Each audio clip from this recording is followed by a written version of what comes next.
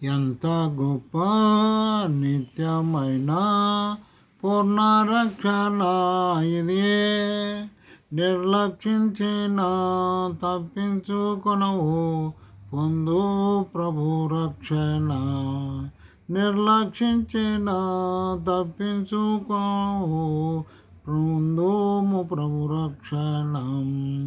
ఎంత గొప్ప నిత్యమైన పూర్ణ రక్షణ ఇదే.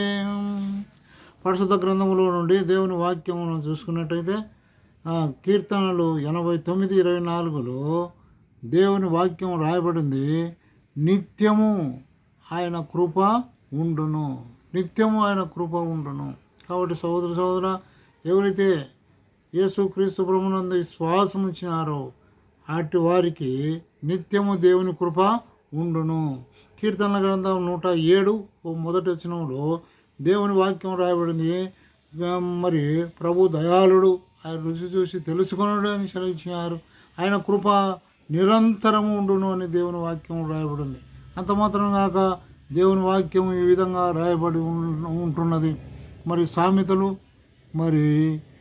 సామెతల గ్రంథం 23:17 వచనంలో మరి నిత్య ఆయన యందు భయభక్తులు ఉంచిన వారికి మరి నిత్యము ఆయన నీకు తోడుగా ఉండును అని దేవుని వాక్యం రాయబడింది. కాబట్టి సహోదర కీర్తనలు 115:13 వచనములో మరి పిల్లలేమి పెద్దలేమి ఆయన యందు భయభక్తులు ఉంచిన వారికి ఆయన ఆశీర్వదించును అని దేవుని వాక్యం రాయబడింది. అంత మాత్రం కాక యెషయా గ్రంథం 54:10 వచనంలో పర్వతములు తొలగినను మెట్టలు తద్దరిల్లినను నా కృప నిన్ను విడిచిపోదు అని దేవుని వాక్యం రాయబడింది.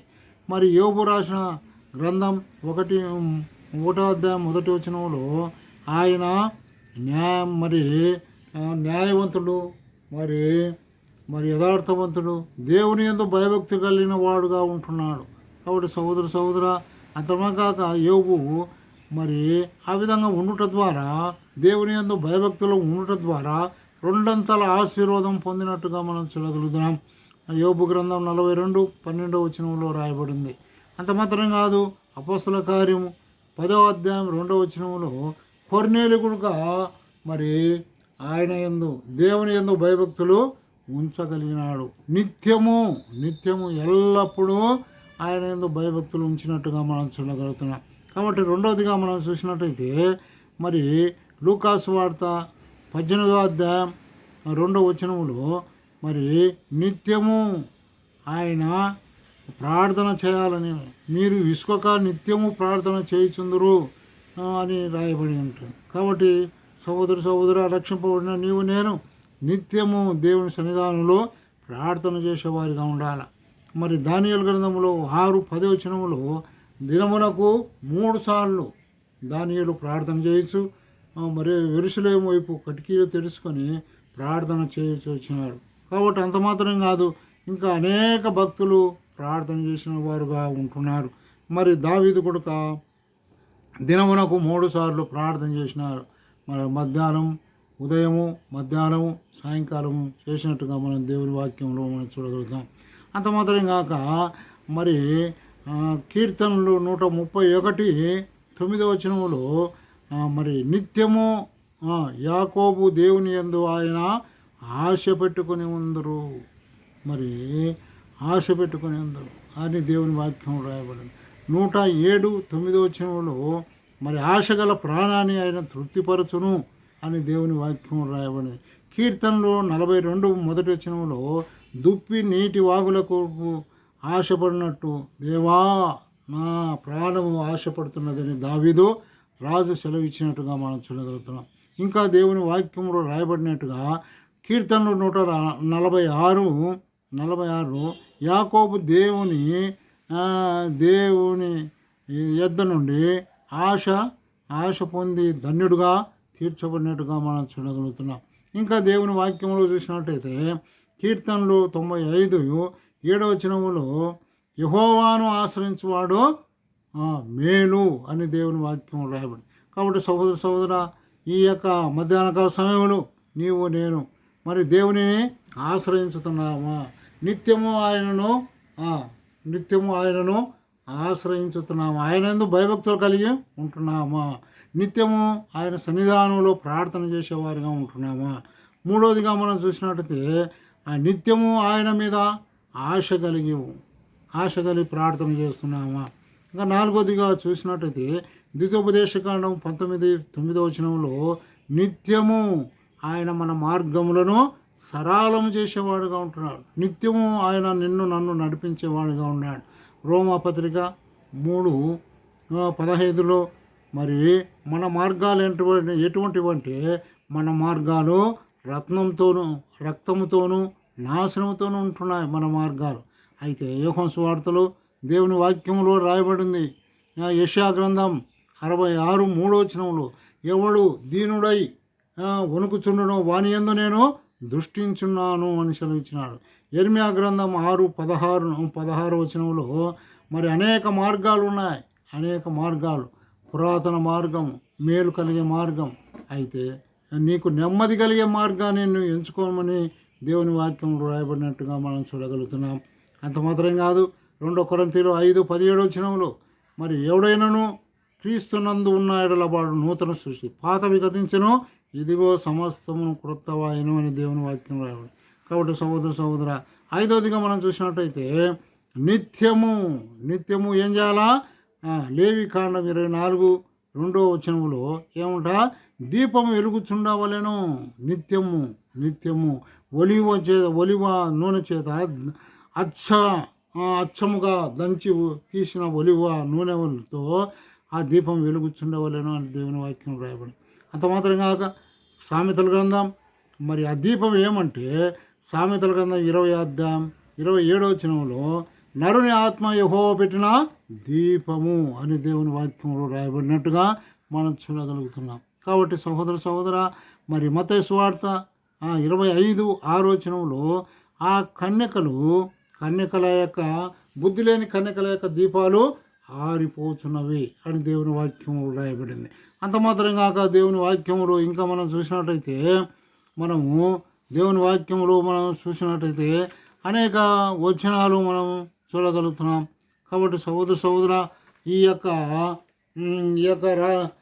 మధ్యాహ్నకాల సమయంలో మరి చూసినట్టయితే నేను మరి ఏం చేయాలంట, మరి దేవుని యందు భయభక్తులు కలిగిన వారుగా ఉంటున్నాను.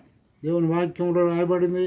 మరి దానియేలు గ్రంథం 6:20 నిత్యము నీ దేవుడు నిన్ను రక్షింపగలేనా, అన్నాడు. కాబట్టి సహోదర మరి రాజు వచ్చి దానియేలు ప్రశ్నించినట్టుగా మనం చూడగలుగుతున్నాం. కీర్తనలో 2:11 మరి ఆయన యందు భయభక్తులు గలవారు గడగడ వణుకుచు ఆయనను సేవించవలెను అని దేవుని వాక్యంలో రాయబడింది. అంత మాత్రం కాదు, ఇంకా దేవుని వాక్యంలో రాయబడింది మరి యెహోషువ గ్రంథం 24:15 నేనును నా ఇంటి వారును యెహోవాను సేవించెదము అని రాయబడింది. నిత్యము సేవించెదము. ఇంకా దేవుని వాక్యంలో రాయబడింది కీర్తనలు 52:8 కృపతో మరి నిన్ను ఏం చేస్తానంట, కృపలో నిన్ను నమ్మిక ఉంచిన వాడిని కాపాడుతానని దేవుని వాక్యంలో 125 కీర్తనలు 1 రాయబడింది.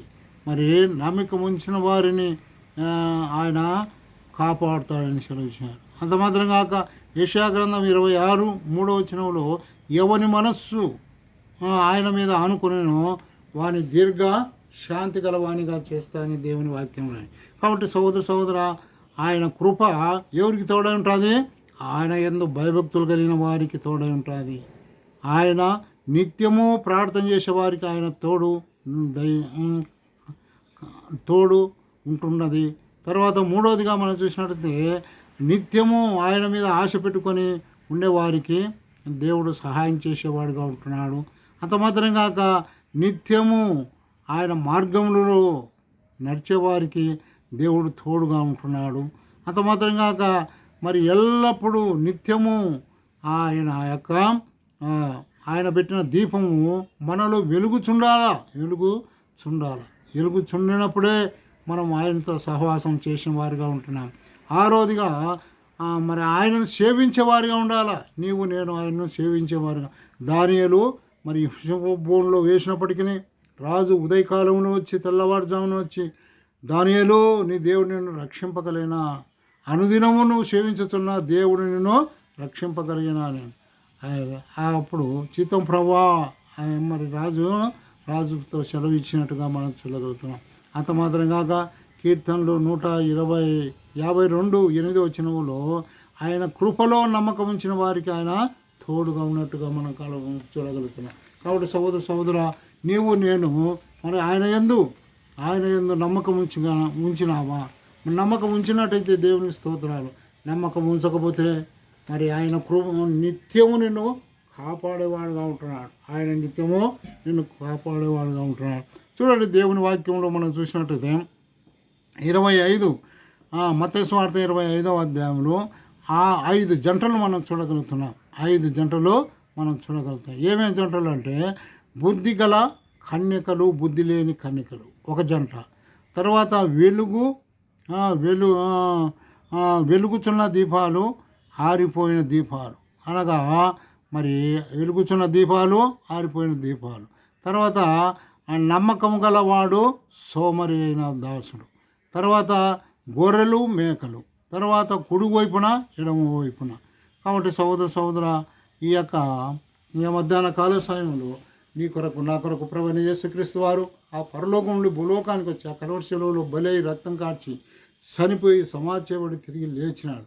నీవు నేను నిత్య జీవంలో, అనగా నిత్య రాజ్యంలో నీవు నేను ప్రవేశింపాలని దేవుడు మరి కోరుతున్నాడు. అందుకొరక మరి ఈ సువార్త ప్రకటింపాలి. కాబట్టి సహోదర ఇంకా నువ్వు యేసు ప్రభువుని నమ్మలేకపోతే, ప్రభువా నేను నీ రక్తంతో నా పాపాలు కడుగు, నన్ను కూడా నీ బిడ్డగా చేసుకో ప్రభువా అని అడిగినట్టయితే యేసు రక్తం ప్రతి పాపమును కడిగి పరిశుద్ధపరచును అని దేవుని వాక్యం రాయబడింది. ప్రభువైన యేసుక్రీస్తునందు శ్వాసము, అప్పుడు నీవును నీ ఇంటి వారును ఆత్మరక్షణ పొందుదురు.